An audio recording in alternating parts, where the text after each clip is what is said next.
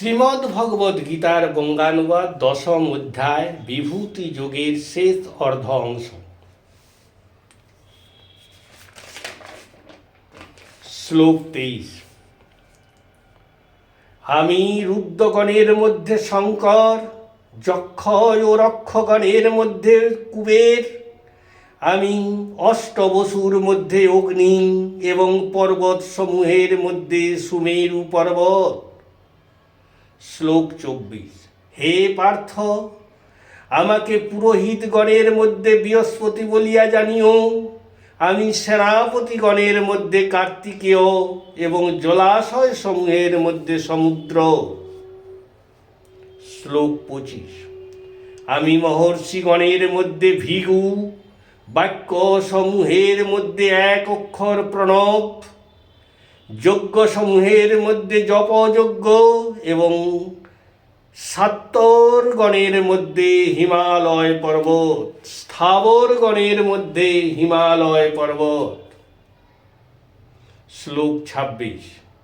আমি বৃক্ষ সকলের মধ্যে অশ্বত্থ, দেবর্ষিগণের মধ্যে নারদ, গন্ধর্বগণের মধ্যে চিত্তরথ এবং সিদ্ধগণের মধ্যে কপিল মুনি। শ্লোক 27। আমাকে অশ্বগণের মধ্যে উচ্চৈশ্রবা, হস্তি সমূহের মধ্যে ঐরাবত এবং মনুষ্য সমূহের মধ্যে রাজা বলিয়া জানিবে। শ্লোক 28। আমি অশ্বগণের মধ্যে ব্রজ, ধেনুগণের মধ্যে কামধেনু, প্রজননের দক্ষতার অধিকারীগণের মধ্যে কন্দর্প, সর্পসমূহের মধ্যে বাসুকি। শ্লোক 29। নাগগণের মধ্যে আমি অনন্তনাগ, জলচারীগণের মধ্যে আমি বরুণ, পিতৃগণের মধ্যে আমি অর্জমা এবং দণ্ডদানকারীগণের মধ্যে আমি যমরাজ। শ্লোক 30। আমি দৈত্যগণের মধ্যে প্রহ্লাদ, আমি বশীভূতকারীগণের মধ্যে কাল, আমি পশু সকলের মধ্যে সিংহ এবং পক্ষী সকলের মধ্যে আমি গরুড়। শ্লোক 31। শুদ্ধকারী গণের মধ্যে আমি পবন, শাস্ত্রধারী বীরগণের মধ্যে আমি রমাজ অর্থাৎ পরশুরাম, মৎস্য সমূহের মধ্যে আমি মকর এবং নদীগণের মধ্যে আমি জাহ্নবী নামে পরিচিত। শ্লোক 32।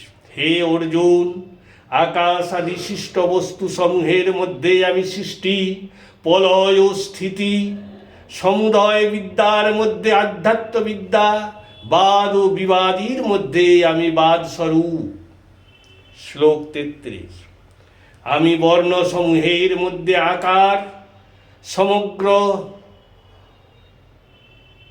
সমাস সমূহের মধ্যে দ্বন্দ্ব সমাস, অক্ষয় অর্থাৎ প্রবাহ সমূহের মধ্যে আমি কাল, সৃষ্টিকারীগণের মধ্যে আমি চতুর্মুখ ব্রহ্মা। শ্লোক 34। আমি হরণকারী দিগের মধ্যে সর্বহারা মৃত্যু, ভবিষ্যতের জন্য আমি জন্ম, নারীদের মধ্যে আমি কীর্তি, শ্রী বাণী, স্মৃতি, মেধা, ধীতি এবং ক্ষমা রূপিণী সপ্ত ধর্মপত্নী।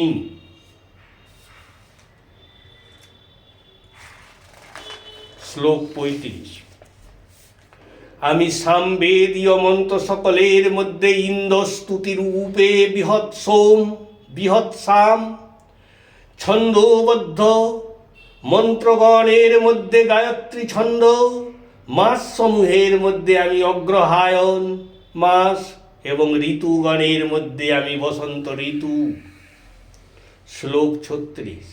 আমি ছলনাকারী গণের দূত, তেজস্বী গণের তেজ, বিজয়ী গণের জয় স্বরূপ, উদ্যমশীল গণের অধ্যাবসায় এবং বলবান গণের বলস্বরূপ। শ্লোক 37। আমি যাদবগণের মধ্যে বাসুদেব কৃষ্ণ, পাণ্ডবগণের মধ্যে অর্জুন, মুনিগণের মধ্যে ব্যাসদেব এবং শাস্ত্রজ্ঞ পণ্ডিতগণের মধ্যে উষ্ণা অর্থাৎ পণ্ডিত শুক্রাচার্য। শ্লোক 38। আমি দণ্ডকারীগণের দণ্ড, জয় ইচ্ছুকগণের আমি নীতি, আমি গোপনীয় সকলের মধ্যে মৌনী ভাব এবং জ্ঞানীদের আমি জ্ঞান। শ্লোক ৩৯। হে অর্জুন, যাহা ভূত সকলের বীজ তাহাও আমি, আমাকে বাদ দিয়ে যা হইতে পারে সেরূপ এই চরাচরে কোনো বস্তু বা জীব নাই।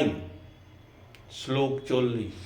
হে পরন্তপ, আমার দিব্য বিভূতির অন্ত নাই, কিন্তু এই বিভূতির বিস্তরতা থেকে সংক্ষেপেই আমার কর্তৃক কথিত হইল। শ্লোক ৪১। হে অর্জুন, যে যে বস্তু ঐশ্বর্যযুক্ত ও সৌন্দর্য বিশিষ্ট অথবা বল প্রভাবাদির আধিক্য বিশিষ্ট, সেই সমস্ত বস্তুই আমার শক্তির অংশ হইতে উৎপন্ন বলিয়া তুমি জানিবে। শ্লোক ৪২। অথবা হে অর্জুন, আমার বিভূতির এই বিস্তৃত জ্ঞানে তোমার কি প্রয়োজন?